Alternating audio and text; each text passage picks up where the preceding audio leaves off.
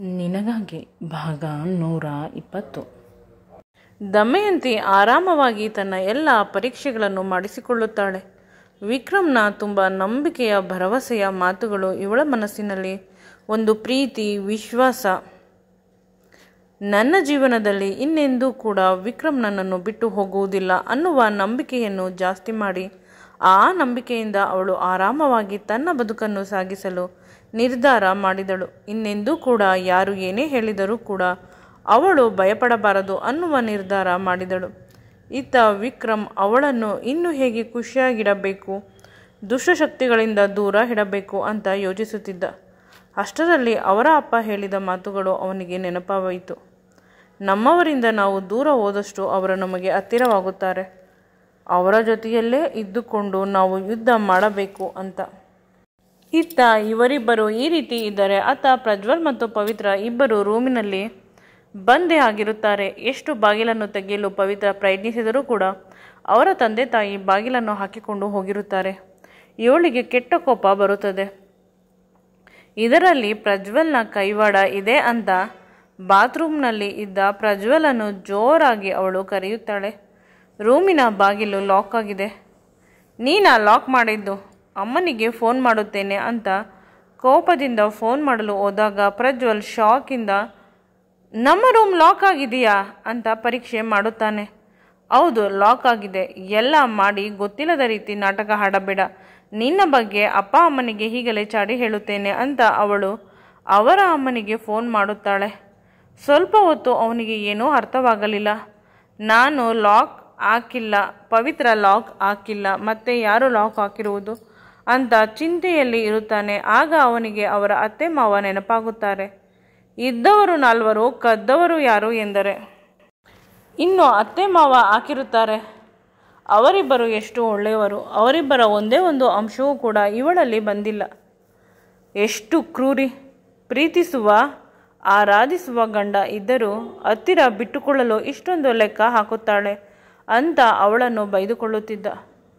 ಮನಸ್ಸಿನಲ್ಲಿ ಜೋರಾಗಿ ಬೈದರೆ ಅಷ್ಟೇ, ನಾನು ಒಬ್ಬನೇ ಇದ್ದೇನೆ, ಅವಳು ತುಂಬ ಸ್ಟ್ರಾಂಗ್ ಅಂತ ಮನಸ್ಸಿನಲ್ಲೇ ನಗುತ್ತಿದ್ದಾನೆ. ನೆನ್ನೆ ರಾತ್ರಿ ತಿಳಿಯಿತು ಅವಳು ಎಷ್ಟು ಸ್ಟ್ರಾಂಗ್ ಅಂತ ಸುಂದರವಾದ ಅದ್ಭುತವಾದ ಕ್ಷಣವನ್ನು ನಾನು ಜೀವನದಲ್ಲಿ ಅನುಭವಿಸಿಲ್ಲ. ಪದೇ ಪದೇ ಆ ಸುಂದರವಾದ ಕ್ಷಣವನ್ನು ನಾನೇ ಹುಟ್ಟಿ ಹಾಕಿಕೊಳ್ಳಬೇಕು. ಯಾವುದೇ ಕಾರಣಕ್ಕೂ ನಾನು ಅವಳನ್ನು ಎದುರಿ ಹಾಕಿಕೊಳ್ಳಬಾರದು. ಅವಳು ಏನು ಬೈದರೂ, ಏನು ನೋವು ಮಾಡಿದರೂ, ಕಷ್ಟ ಕೊಟ್ಟರೂ ಪರವಾಗಿಲ್ಲ, ಅವಳನ್ನು ಪ್ರೀತಿಯಿಂದ ತನ್ನ ಕಡೆಗೆ ಎಳೆದುಕೊಳ್ಳಬೇಕು. ಸ್ವಲ್ಪ ಸಮಯವಾಗುತ್ತದೆ, ಆದರೆ ಆ ಸಮಯ ಎಂದೂ ಮುಗಿದು ಹೋಗುವುದಿಲ್ಲ. ಸಮಯಕ್ಕಾಗಿ ಕಾಯುವುದಕ್ಕಿಂತ ಹೆಚ್ಚಾಗಿ ಇರುವ ಸಮಯವನ್ನು ಸುಂದರವಾಗಿ ಮಾಡಿಕೊಳ್ಳಬೇಕು ಅಂತ ಯೋಚಿಸಿದ.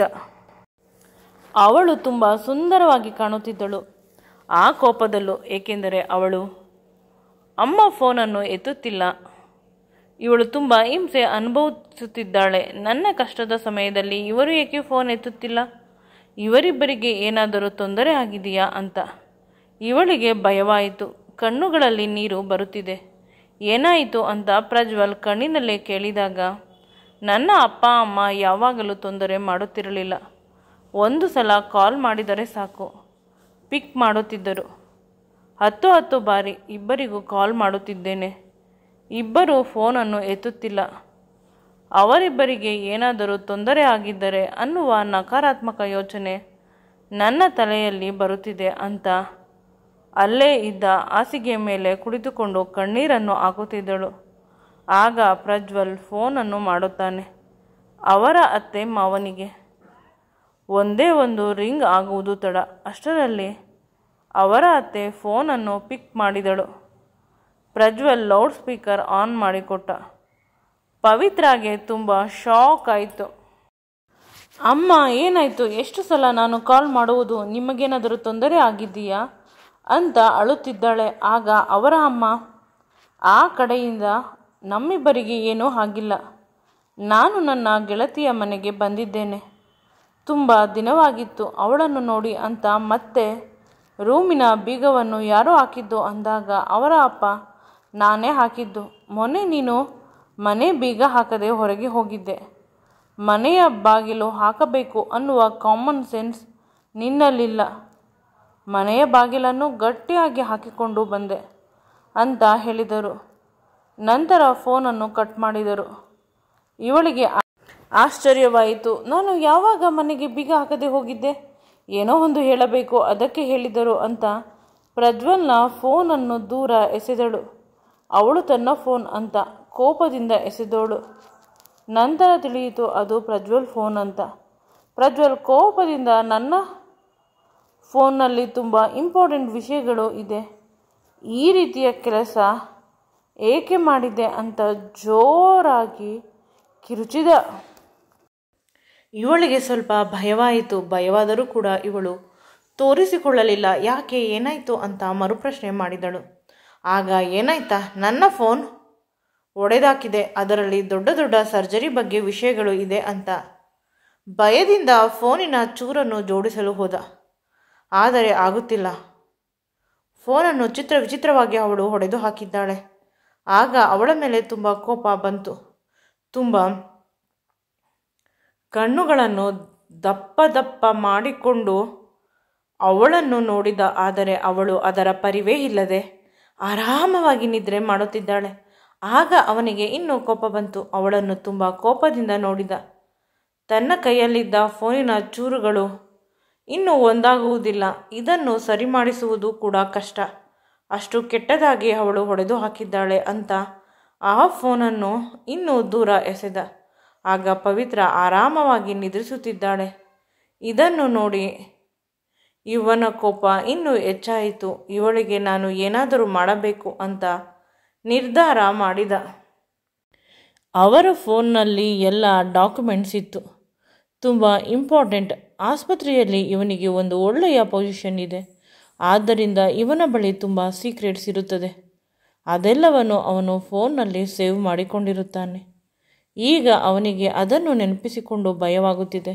ನನ್ನ ಕೆಲಸ ಇನ್ನೂ ಹೋಯಿತು ಅಂತ. ಒಳ್ಳೆಯ ಕೆಲಸ, ಆದರೆ ಇವಳು ಮಾಡಿದ ಕೆಲಸದಿಂದ ಇನ್ನೂ ನನಗೆ ಕೆಲಸ ಸಿಗುವುದೇ ಇಲ್ಲವೇನೋ ಅಂತ ಅವನು ಯೋಚಿಸುತ್ತಿದ್ದ. ಏಕೆಂದರೆ ಈ ಆಸ್ಪತ್ರೆಯವರು ಎಲ್ಲ ಕಡೆಗೂ ಮೆಸೇಜ್ ಕಳಿಸಿಬಿಡುತ್ತಾರೆ, ನನ್ನ ಹೆಸರು ಬಯೋಡೇಟಾವನ್ನು ಕಳಿಸಿ, ಈ ಡಾಕ್ಟರ್ಗೆ ಕೆಲಸವನ್ನು ಕೊಡಬಾರದು ನೀವು ಅಂತ. ಆಗ ಅವನಿಗೆ ಇನ್ನೂ ಟೆನ್ಷನ್ ಆಗುತ್ತದೆ.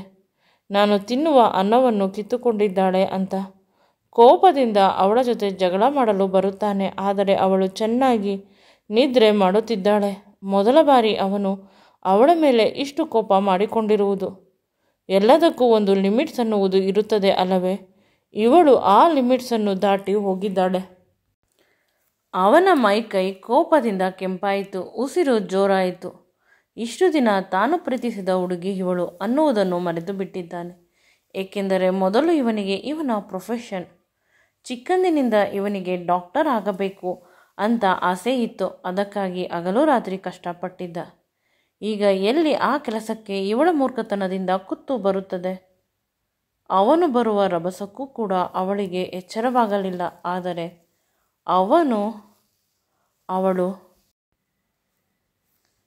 ಅವಳು ಮಲಗಿದ್ದ ಬೆಡ್ಶೀಟನ್ನು ಕಿತ್ತು ಎಸೆದ. ಅವಳಿಗೆ ಎಚ್ಚರವಾಗಿ ಇಷ್ಟು ಬೇಗ ಬೆಳಗಾಯಿತಾ ಅಂತ ಕಣ್ಣು ಬಿಟ್ಟು ನೋಡಿದಾಗ ಪ್ರಜ್ವಲ್ ಅವಳ ಕಣ್ಣ ಎದುರಿಗೆ ಇದ್ದ. ಆಗ ಅವಳಿಗೆ ಇನ್ನೂ ವಿಚಿತ್ರ ಅಂತ ಅನಿಸಿತು. ಇವನು ಏಕೆ ಇಷ್ಟೊಂದು ಕೋಪದಿಂದ ನನ್ನನ್ನು ನೋಡುತ್ತಿದ್ದಾನೆ ಅಂತ ಕಣ್ಣಿನಲ್ಲಿ ಪ್ರಶ್ನೆ ಮಾಡಿದಳು. ಏನಾಯಿತು ಅಂತ. ಆಗ ಅವನು ಅಲ್ಲಿ ಕೆಳಗೆ ಬಿದ್ದಿದ್ದ ಫೋನಿನ ಚೂರುಗಳನ್ನು ತೋರಿಸಿದ. ಅವಳು ಅಷ್ಟೇನಾ ಅಂತ ಪುನಃ ಮಲಗಲು ಹೋದಾಗ ಅವನು ಅವಳ ಕೈಯನ್ನು ಗಟ್ಟಿಯಾಗಿ ಹಿಡಿದುಕೊಂಡ. ತನ್ನ ಕಡೆ ಎಳೆದ ಅವಳನ್ನು. ಇಂದು ರಾತ್ರಿ ಯಾವುದೇ ಕಾರಣಕ್ಕೂ ಇವಳನ್ನು ಬಿಡಬಾರದು. ನನಗೆ ಮಾಡಿರುವ ನೋವಿಗೆ ಶಿಕ್ಷೆ ಆಗಲೇಬೇಕು ಅಂತ ಯೋಚಿಸಿದ. ಮುಂದೆ ಈ ವಿಡಿಯೋ ನಿಮಗೆ ಇಷ್ಟವಾಗಿದ್ದಲ್ಲಿ ನನ್ನ ಚಾನಲನ್ನು ಲೈಕ್ ಮಾಡಿ, ಶೇರ್ ಮಾಡಿ ಮತ್ತು ಸಬ್ಸ್ಕ್ರೈಬ್ ಮಾಡಿ. Thanks for watching.